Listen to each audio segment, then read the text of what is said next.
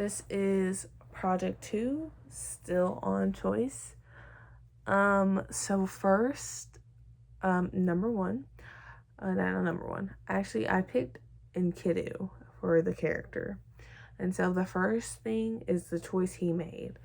So the choice he made was to actually follow Shamat from the harlot, and for her to take him to the sacred temple, and to basically challenge Gilgamesh and confront him. So that's the choice he made, and this is the passage. So, said Enkidu to her, to the harlot, "Come, Shamat, take me along to the sacred temple, holy home of Anu and Ishtar, where Gilgamesh is perfect in strength, like a wild bull, lording it over the menfolk.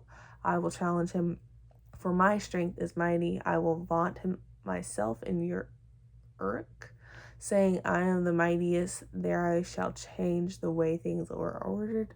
One born in the wild is mighty, strength he possesses." So this, it's like kind of insinuating that he made the choice to allow Shamat to take him along, and for him to actually go and confront Gilgamesh is the choice that he's technically making.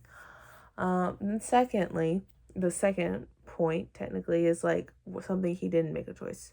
So he didn't necessarily make the choice of being created by the gods. The gods heard the people's cry, and they decided to create somebody who could be equal to Gilgamesh because he was a tyrant to the people. And so they created Enkidu to be his counterpart, his equal, and for him to confront Gilgamesh. And so to divert his superhuman strength, the gods create his counterpart, and they were talking about Gilgamesh, like the person. And then they said the wild man Enkidu, like that he was created. That was the counterpart. So another thing, so like he technically was fated to always confront Gilgamesh. That was his whole destiny, his fate. It wasn't necessarily, yes, Enkidu would make choices along the way, but the ultimate end goal and the purpose that he was created for was to confront Gilgamesh and to be his equal and counterpart. And this is kind of seen from before you even came from the uplands. Gilgamesh and Uruk was seeing you in dreams, talking about Enkidu. And then blah blah blah. Next, let me talk about the dreams. So this is the dreams. The stars of the heavens appear above me, like a rock from the sky. One fell down before me. I lifted it up, but it weighed too much for me. I tried to roll it, but I could not dislodge it. The land of Uruk was standing around it. The land was gathered about it. A crowd was milling about before it. The menfolk were thronging around it. Like a babe in arms, they were kissing its feet. Like a wife, I loved it, caressed and embraced it. I lifted it up, set it down at your feet, and you, O mother, you made it my equal. So he was dreaming about Enkidu, his counterpart and equal, somebody who was countering his strength, because he's seen as 2 parts God and 1 part human. So obviously, if you're that, you would be strong. So then they created somebody who would be his equal. So and this kind of plays a part in, which is number 3 now, kind of explaining how they contradict sometimes. So sometimes you may argue that yes, your destiny is destiny and nothing you do can change it, really. And that's kind of how you can see this, how like Enkidu, he was always destined to go to Gilgamesh.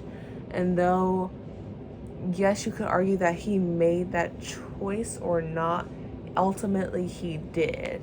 He made that choice to go to Gilgamesh at that time, because you can say that his overall goal was to always get to Gilgamesh. It's just that he chose to go at that moment.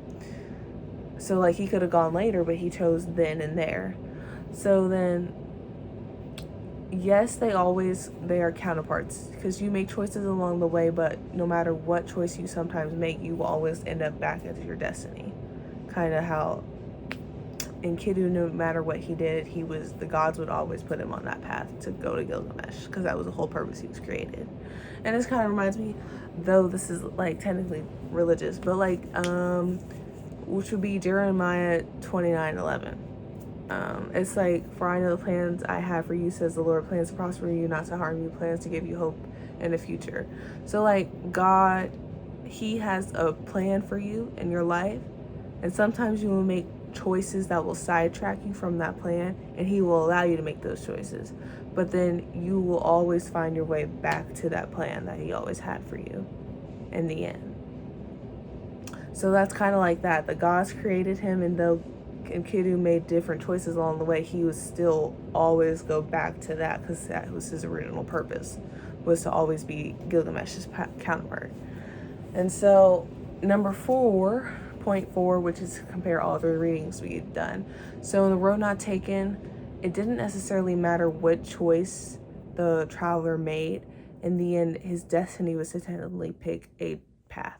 He had to just pick one. It didn't really matter. And then, so that had something to do with kind of a choice. It didn't matter what choice he made. Technically, I feel like the gods would have just put him back on that path, since they were the ones that created him.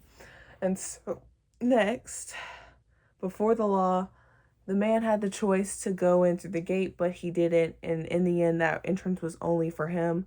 And so kind of like that entrance was only for him to go through. Enkidu's only purpose was really to be Gilgamesh's counterpart. And he actually decided to make that choice and go through that purpose and to confront Gilgamesh.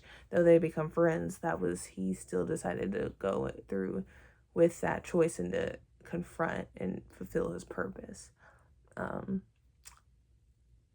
Though the man in Before the Law didn't necessarily do that, it kind of shows you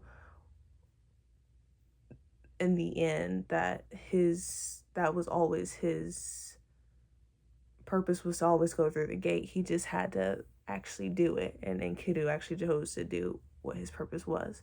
So kind of that's how they all correlate with each other, all three readings. But yeah, that's it.